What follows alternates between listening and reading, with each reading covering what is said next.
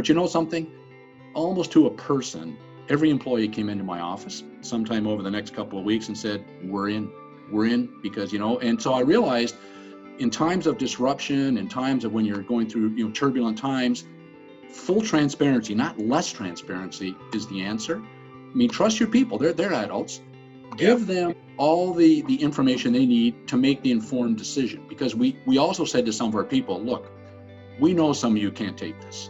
We understand you're in a situation where you can't kind of ride this wave one way or the other. If you want to leave and you need to go somewhere else, don't sneak around and do it. Flat out tell us, we'll help you get a job somewhere else. We'll give any of you a reference. And we honestly meant it, because we're saying, every one of you people sitting here, we believe is a superstar.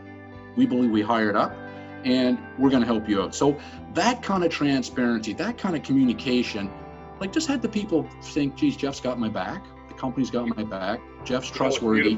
What's beautiful about that? What's beautiful about that whole thing is that today, when I hold, like, I'm doing these massive 6-month coaching projects with people of color and women, and we're talking about some of the nuances of leadership, right?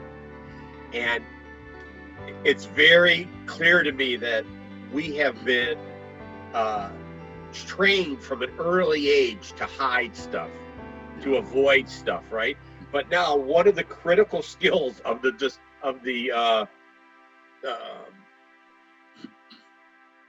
disruptive leader is that very transparency, right? So if you come into this knowing that example, wow, you're like light years ahead of the game. Because a lot of leaders have been used to having their communication person that would write something up that looks great and everything, but most people read through it, saw through it.